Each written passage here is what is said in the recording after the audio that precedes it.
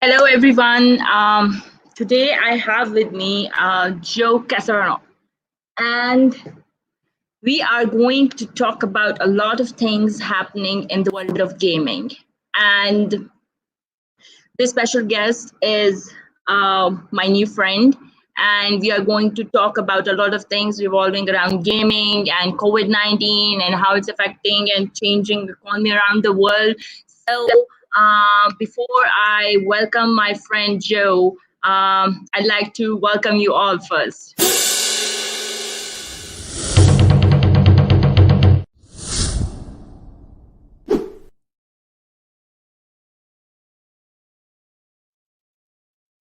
Hello and welcome, Joe.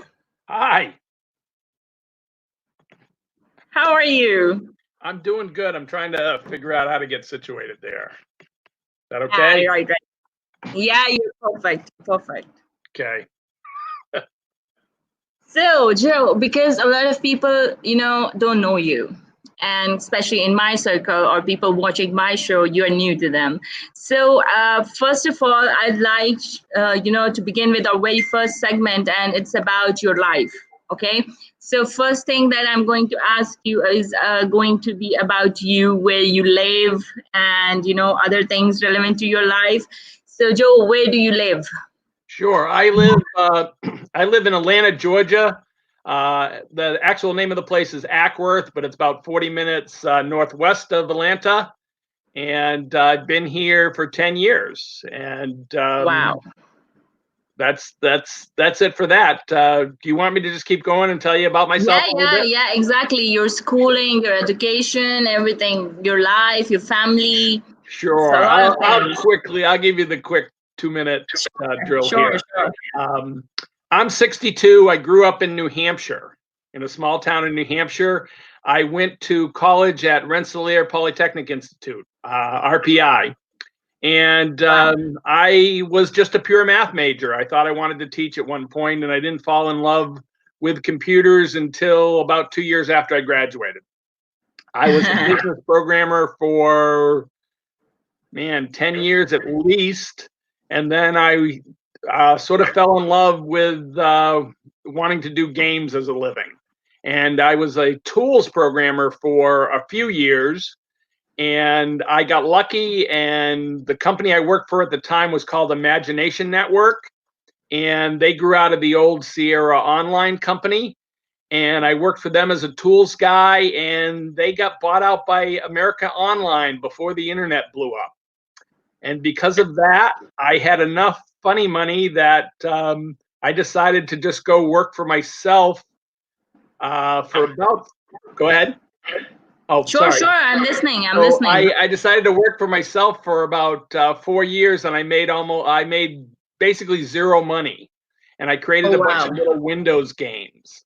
And but the nice thing is those games at least led me to do a bigger game for iWin just as the casual market was booming. So in 2004, I started working for iWin, and I did 3 games for them called Mahjong Quest.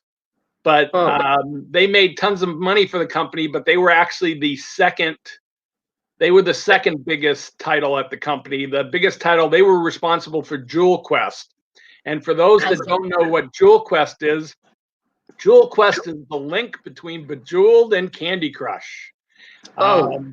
Bejeweled was this game you played forever like Tetris, and you just kind of ran out of time and lost with the 3-ball match. And Jewel Quest came along and made it strategic and made it so that when you made a match below the tiles, it turned to gold, and you had to turn the whole board to gold to solve the puzzle. Very much a brain teaser as opposed to just mindless fun. Then Candy Crush came along and put the mindless fun back into the Jewel Quest mechanic, and really, made tons of. Everybody knows what Candy Crush is, of course. Anyways, in 2009, there was a boom and bust, and hidden object games had just shown up for that market. And really, that was the market where they figured out that women over 40 would play games if they were the right games, if they weren't the Twitch, the shooters, or whatever. So games at the time, Mahjong was really big. Again, the 3-ball matches were big. And then all of a sudden, a game came along that just clobbered everything. It was called Mystery Case Files, and it ushered in the era of hidden object games. And hidden object games really changed things because they started treating games like movies.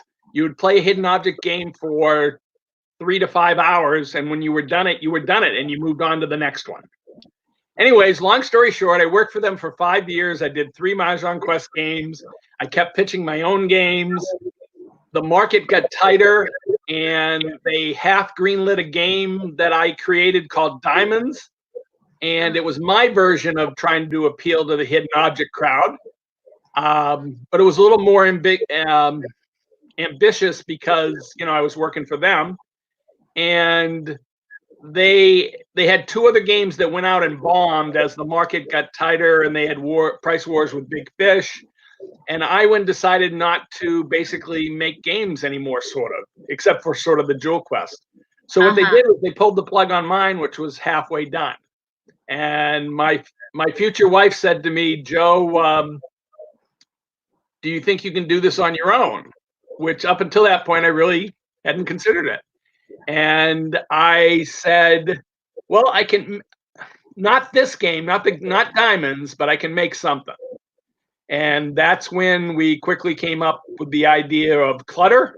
And I decided I made a non-verbal hidden object game. I made it specifically to stand out from the other hidden object games, but at the same time appeal to the hidden object players. It was very crude. The first game was called, somebody said it looked like a student project, but I hung in there, and now I am on my 10th Clutter, and I've been self-supporting for 10 years now. The series itself has had close to 4 million in sales now, and I get, of course, a piece of that. And last year sometime, the net royalties to me crossed the 1 million mark. But again, that's over 8.5 years. It's not like I'm super rich or anything, but it's definitely better than if I worked for somebody else. So I still plan to do 2 or 3 more Clutters. And I'm really Puzzles by Joe. I am the Joe in Puzzles by Joe, and it's kind of a one-man operation. And that's my story in a nutshell. I see. That's amazing. So, since I am not much into gaming and all, I would like, we have a comment. Fashion Pop says, I'm learning so much about games today. My daughter also seems to be quite intrigued by the information your guest is pouring out to us. Thank you both. Thank you so much. Thank you so much. That's very nice. You see, I told you that there are so many gamers in Pakistan. There are so many people who are into game development, who want to, develop all sorts of games. So you quite, generally elaborated about your gaming life. And to be honest, I'm not very well, equipped with all kind of knowledge that comes in the world of gaming. To be honest, I'll be very honest with you. I've never seen someone even develop a game with my own eyes. So that's not my genre, but I definitely wanted to interview someone whose genre it is and who is already into this kind of stuff, because my kid plays games, my brother plays games, I saw my brother-in-law plays games, so everyone is into games. And yes, as long as Candy Crush is concerned, I play Candy Crush. Yes, I do. I'll admit. Sure. So we will move to our next segment now. It's going to be about your financial life. And I'm going to put you on solo mode right now, and I'm going to just, grab my phone charger while you can tell. I'll be right back. Okay. So I'm gonna add community into this too. So I moved to Atlanta 10 years ago and was not, didn't know how successful I would be or not. I put the first game out, and I thought it would make either less than 20,000 or more than 100,000. And I spent a man year to do that. And I was, I thought it would, again, make over 100,000 because games made tons of money out there at the time. And even though the market was shrinking, I thought that's what it would do, possibly. Anyways, it proved me wrong, and it stayed right in the middle. So after a year and 3 months, it had only brought in a little under 50,000. And for me at the time, 50,000 for a man year was not a good return on my investment. However, I knew I could do the sequel in half the time, and 50,000 for half a man year is good. So I decided to do the sequel, and the sequel did just about the same as the first game, but I learned something because it bumped additional sales to that first game. So just to tell you how important each game that goes out does okay by itself, but then bumps sales to those prior games. So that's very first Clutter game. If I'd never done another Clutter game, might have made me 60,000 total. However, that game has now made me 250,000 because every game that goes out does okay, and then people go, it brings in some new customers and go, oh, and they go back to that first Clutter game and play it, et cetera, et cetera.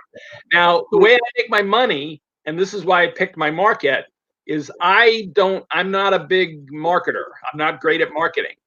So there's a lot of portals that sell these types of games. There's Big Fish, there's Big Fish, iWin, Game House, Wild Tangent, Shockwave, etc. And what they do is they take your game and put it on their site, and they just take a percentage, and they give you the rest. But it doesn't cost you anything. All you have to do is get approved, and they let you on the site. And my games do quite well, and over the 10 years, I've built up an audience, so they now do really, really well. In fact, Game House, I go exclusive with Game House for a month. And if you look around at Game House, you'll find me. If you just look at Clutter Game, anywhere, you'll find me on all the sites, and I'm up there over time. I've never had, it's never been number one, not a huge game, but it fills a need that my customers like, and they're everywhere. And every game I do, as soon as I finish, it's worth about 100,000.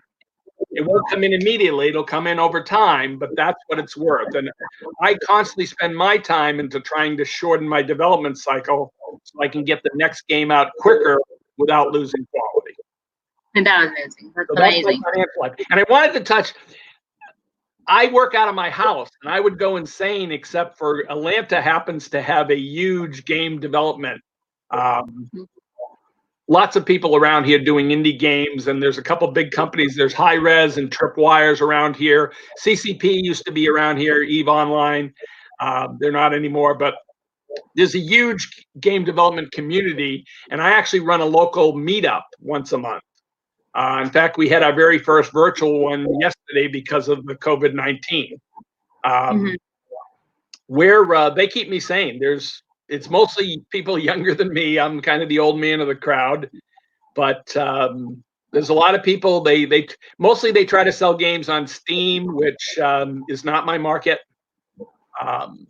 That's it. So that's my final. That's really every game I put out worth about 100K over time. And even with the market shrinking, my franchise effect, the fact that I now have 10 games out there, even if I don't put out a game in 4 or 5 months, I get about 10,000 coming in each month on what I call soft income. That's the games that are still out there, still making money and still coming in. So yeah, that's amazing. Because I know how I have seen people being passionate about game development. So I want to, before we move to our fourth segment, the third segment is going to be about my show. I'm going to ask your opinion that what do you think about my show, World Beyond Borders, how I'm trying to, connect people from different parts of the world and, create a greater platform that enhances connectivity and make sure that there's a world that values bonds of hearts, minds, and souls more than the borders. Right. This is great. So every year up until this last year, and they finally canceled it, I attend the GDC, which is the Game Developers Conference in San Francisco, and it's 25,000, 30,000 people from all over the world. I'm going to give you a name right now that you ought to look up for your next, for much better talk on this subject than I'll give you. But there's a guy named Rami Ismail. Do you know who Rami is by any chance? he's out of a company in France originally, I think, and they made a huge game on Steam, and he is basically the face of international games, and he does a lot. Do refer him to me. I'll definitely love to bring him on. Each year he at the GDC used to host the I think it's Why Am I Here or whatever, but it's basically people from all over the world and the games they produced and stuff. And the indie gaming scene all over the world is actually pretty big. Now your show is just getting started. I took a quick look at it. I watched a few minutes of, I think, each of your first three, and I went, wow, this is cool. This is... Thank you. That's amazing. I hang out. My group here is mostly 20 to 30 something kids, and they don't. The number one problem is they're not proactive enough. Oh. To get to a point where you commit to something and you do it every day or every week or whatever, over time, this is great. And you quickly, I mean, you definitely had good sensibilities, and the people you were talking with, they were great. I was shocked you found me. That's all. That was why are you even asking me?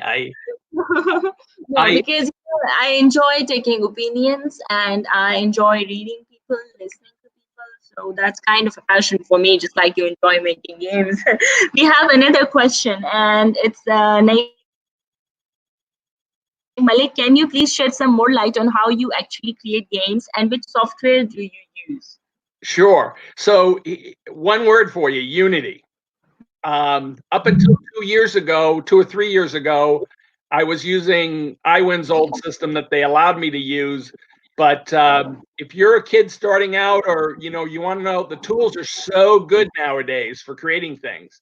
And you really want to find a local group if you can that's already doing game. There's game jams that happen 2 or 3 times a year. But basically, Unity is free until you start making money. And it is, up until that, I was using tools from 10 years ago that felt like I was, driving a little Model T, a 100-year-old car. And Unity is like driving a Porsche. It's amazing what the tools do for you now. And they're fun. And there's tons, you learn tons online. You definitely want to find other people that are already doing it. There's a global game jam you can look up, because that goes on all around the world. And you can find people, you can find groups to figure it out. And once you do, it's up to you of how much you want to put into it.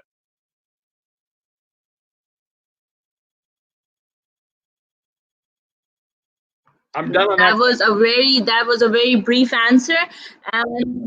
But Unity, really, you have to do this Unity tool. It lets you do everything, and you can create a full game. Professional companies use it, and it's totally free for you to download and start playing with.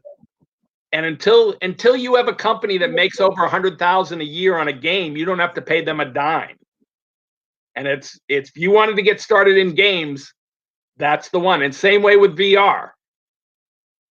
I saw this next question. So, what's the people response about VR games? I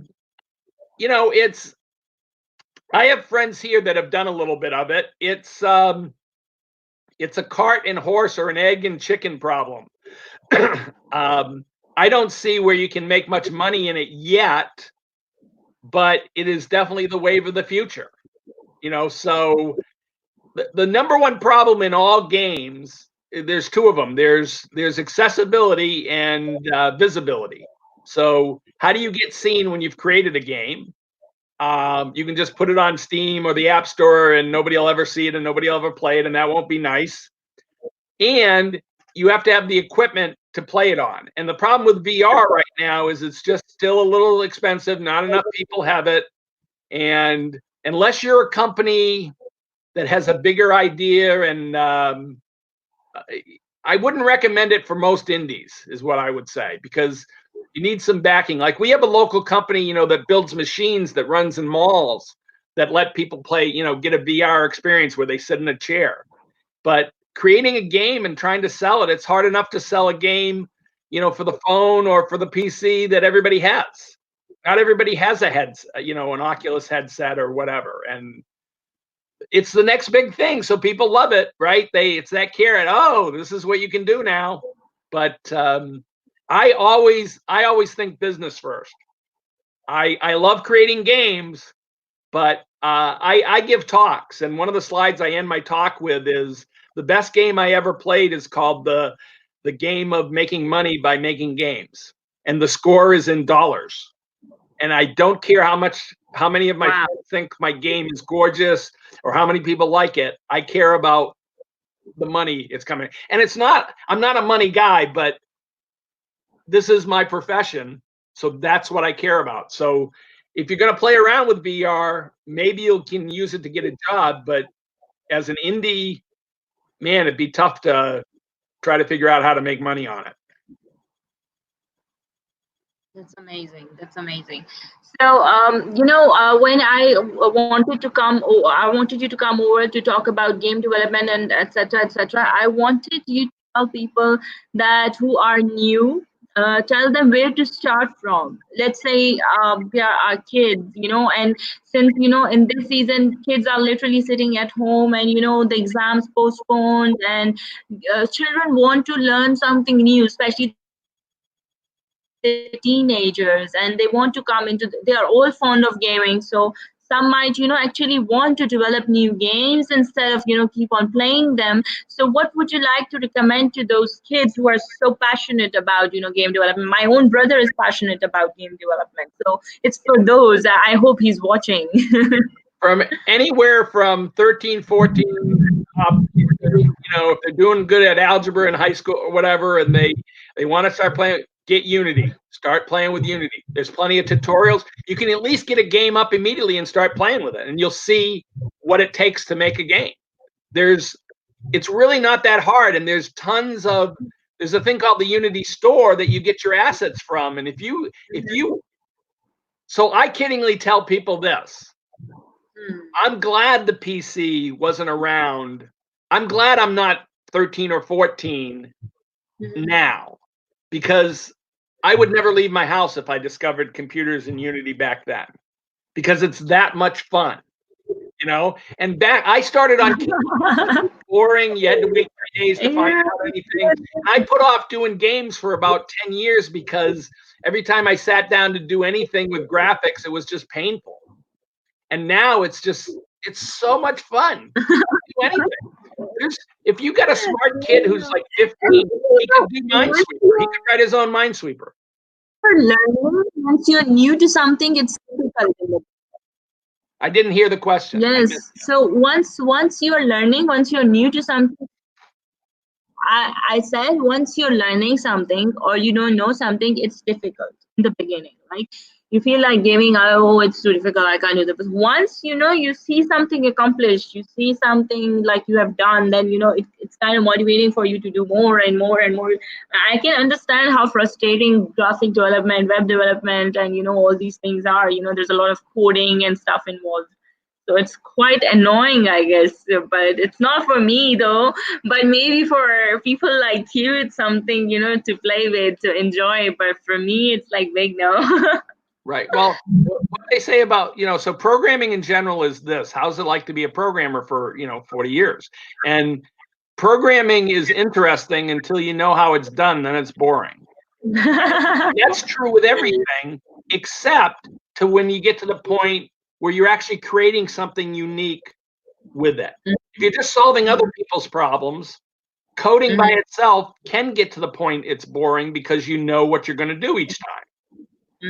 Now, what's nice about Unity, again, there's so much body of code out there that you can grab and start learning, and you just have access to everything. And again, I would totally stress, looking for groups. I'm sure they do global game jams in Pakistan somewhere. Yeah. Online game jams. Yes, definitely. And that's where I would be starting. And then you find friends and you learn something. Dota. Everyone is like so fond of it in my home. It's like right. And there's more to just games than what I do. I'm a gameplay guy. I love the mechanic. I do that. I use programmer art. I enjoy that a little bit. But there's people that love games and all they want to do is sound. You know, there's other people that love games and all they want to do is little characters. That's great. You can learn so much for all the tools. There's a tool called Blender if you're an artist and you just want to learn what does it take to do 3D modeling, you know? And hey, you've got the internet, Google, you can find whatever you want and almost all of it's free for starters. And there's nothing that stops you, you know, from doing it. All right, that's amazing. You know, that was, you know, kind of brief and very crux. So I really like the answer. So is there anything more that you want to tell people about the kind of mistakes that usually people make when it comes to developing games, or would you like to, you know, guide them a bit about, give them a few suggestions maybe? So, okay, so I'm going to get on this talk. So my last talk I gave locally was called How to Succeed at Anything If Oprah, Deepak, and Tony Robbins Were Game Devs. And it was basically a talk about how you get better at anything and how you stop listening to bad advice. And throughout the talk, I gave little snippets of wisdom from them, and we broke it down into whether it was good advice or not.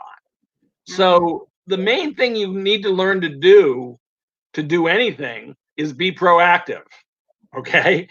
And you then have to read.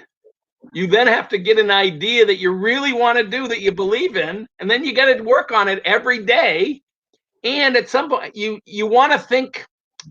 You want to think about your problem, the potential problems, but not too much, because you can't think of everything. You can't think of all the things that are going to stop you. So you might as well just keep moving forward. And all you need is an idea that was good enough. My first Clutter game was a bomb in a sense, right? It made, in a sense, if you look at it, if I didn't do the second game, it was the stupidest decision of my life. I gave up making $110,000 a year to make $50,000. You know, that's a stupid decision. But I stuck with it long enough. And I tell people the first game was the stupidest decision I ever made, and the second game was the smartest decision I ever made. And if I did 10 different games, I'd be working for somebody else because I wouldn't have made the money. It was the sequel effect and the franchise effect, and I followed the money, was what let me keep doing this. They say do what you love, you know, and the money will follow. That's bull. Do what you love, but keep your brain on. And look for opportunities. Coming right out of college, it used to be make a game to go get a job or something, right? Now you make several games, and you're better off finding a job where somebody else pays you to perfect your craft. And then once your craft is perfected, then you decide you got enough knowledge to go off and do it on your own. Exactly. Now, other people, I don't know how young you are. You look pretty young. Some people can pull it off at an earlier age, but getting paid to learn what you really want to do is great too, especially in nowadays with the virus and everything else. The world's going to tighten up. Exactly. But there are going to be more and more people playing the games right now because, you know, there are people like me who don't get time to turn the TV on in 3 days, but there are other kind of people who have plenty of time on their hands, and they can enjoy their games and play more games at the moment. So that's definitely right. We have a comment from James Cole, and he says, "Hi, Joe." Oh, nice. He's a local guy. Hi, James. Welcome to the show. Thank you for coming and watching. So that was very insightful, and because, you know, there is one more thing that I have noticed in youngsters, because when I think of people of my brother's age, like 14 or 16, so what happens is that they are full of energy, they're full of passion, they have good ideas, but they lack the consistency to do it. They lack the will to, you know, execute what's on their mind and, you know, stick until they have achieved it. So that's one thing that is very important for kids to understand, that you need to turn your passions into reality, and that's only possible if you stay persistent towards your goals. Right. So one of the things in my talk, and it's actually on my desktop, but it was the centerpiece of my talk, is that most about life is being successful in life is deciding how you spend your time. And I have a concept called leveraging your future, where you can at least in the moment work on something that might not help you immediately, but will help you down the road. And the reverse of that is things like drug addiction and so forth, where you take the immediate gratification and down the road, you're kind of messed up. Anyways, I wanted to read you this, which is, everything you do is in preparation for a future path you can't predict. Wow. If you're young, wrap your brain around that one. Come up with your own interpretation of what that means. But to me, that's a true statement. And if you really understand it, it should start affecting all your choices. Doesn't mean you can't have fun, can't have Netflix and chill. But my first game, I wrote over a 2.5-year period. It made no money. I wrote it to learn C at the time, and I worked on it. I had a 40-hour-a-week job with an hour commute each way, and I still managed to work on that game 20 hours a week because that was my one thing at the time. You can take me. I prefer the split screen. All right. Okay, so we have Kicks Creative. This is such a great talk. Thank you so much. I'm going to say a shout out to that's Mike Sal. He does some sound for me for my Clutter games. Wow, sure, nice sure. To see him come in. Amazing, amazing. Alina Faizan Khan says hi, hello. Thank you so much for joining and watching us. And if anyone has any other kind of questions regarding gaming, or this is, a very good opportunity for you to ask, because Joe is here. Joe has a good experience in creating games and has a good experience in staying consistent in creating games, and he has seen pretty much of ups and downs in this gaming world, and he knows pretty much about everything that's revolving. But he says, I'm not a fan of selling games on Steam. So that just not my audience. Yeah, I want to be clear. And by the way, I want to thank you, because I don't believe I've ever been on a live talk. I've done interviews before. I've had my own talks, recorded, but I see. Fun. This is fun, right? Yeah, especially with you get good audience participation. Exactly. See, we are taking live comments, and we know that people are watching us live. So it's like a lounge right now. Like we are talking to people and people are talking to us. So, Joe, because I don't have further any questions regarding this. All I know that because gaming market is going to flourish because of the current situation, because of COVID-19. A lot of people have a lot more time to spend on games than they usually had, because there are no schools, no colleges, no universities. They have to spare just a little bit of time for the online education, and the rest of it goes in the gaming. That's what the youngsters are doing. That's what the teenagers are doing. That's what my son is doing.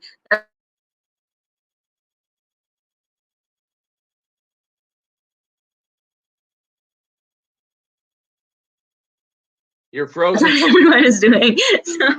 So I'm sorry, I just got an interruption. So we will just, I just move towards the summary. And the summary of the session is about Joe's the school life, about where Joe lives, about his gaming life, about his financial life. And it was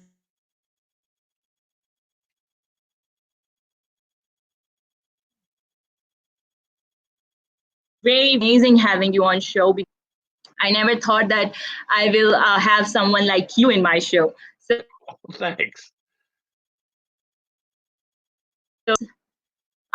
He says, for those of us who have played through each clutter, what is next in the clutter adventure? Well, so I will tell you, I've been trying to solve my problem of. That sounds like a trick. It's a little bit of a trick question, but so each one of my clutter games is the same and also very, very different. So it's the same basic mechanic, but it's very deep and rich, and I've been able to constantly think of more and more things to do to challenge my players. And I have a very strong presence on Facebook where I get a lot of feedback from my players, so that helps. So you can even share your Facebook link over here in the comments. You can definitely leave your Facebook link in the comment section below here. And while we move towards our closing segment, Joe, I would like you to give some closing remarks on today's show. I don't know how to put in my live comment. It's okay. You can send it to me. I will post it. Okay.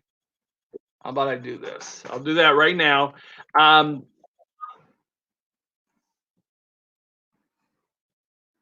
So while Joe is posting his link, I think he has sent me the link, and I'm going to post the website link in the comment section, and you can all see his games and stuff and all the activities. It's puzzlesbyjoe.com. Yeah. And so anyway, so I wanted to get, so each one of my Clutter games has more puzzles than the last, and they're all replayable. So the first game had about 600 puzzles. It has like 100 in this main quest, and then there's a bunch of other areas where you can play the games the way you want to. Mm-hmm. And that's evolved to the point where this next game going out has 1,200 puzzles. Mm-hmm. And I've decided that is just too much to keep maintaining. So Mm-hmm. I'm going to go with quality on my very next game. This one's called Clutter Evolution. And my next game is going to be called Killer Clutter, where the 2 L's in killer are standing for the 11, because it's my Clutter 11th game. The current one's called Clutter Evolution Beyond Xtreme, and up until this point, I've used Roman numerals for everything. Oh, and I will tell you one. I want to tell you this one. The best part about being an indie and working for yourself is this. I often get ideas where immediately in my head, I hear one of my old producers or old bosses saying, "No, that's a stupid idea. You can't do that." And those are the ideas that definitely go in the game. That's amazing. I spent most of my career trying to prove old bosses wrong. I had one that told me, "Joe, nobody will buy just a collection of puzzles." And I think about that. I think about just every day. So one of my advice to the young people is, find somebody you have a love-hate relationship with and prove them wrong. So that's amazing. That's such a beautiful closing remark, and I'm sure that those who are listening would really love it and would know how to implement it in their lives. But before we leave, Joe, I have a surprise for you. And since I cannot present it to you personally, I'm going to present it to you digitally. And here is something that I made for you. Oh, that's nice. Thanks. I'll put that on my site. This is to certify that Joe Cassavaugh is officially believer of a world beyond borders and stands strong in the We Are One army. For sure. And other than this, I have this medal for you. You can use it on your pictures and on your posts. I'm going to send these two things to you, and also I'm going to add you in the World Beyond Borders group, where we can connect with other people that I'm going to interview through my journey, and we are going to create our own platform network. And that's my son saying hi. Hi. What's your name? He has a long name. Jamal. Jamal, okay. So thank you so much for coming, Joe. It was lovely having you on my show, and I hope that you keep on coming. Yeah, I will for sure. I will. This was a pleasure, and I'll be checking you out every week. So thank you much. Keep watching my shows. Thank you so much. Bye-bye. Bye-bye, everyone. Thank you for watching. Please subscribe.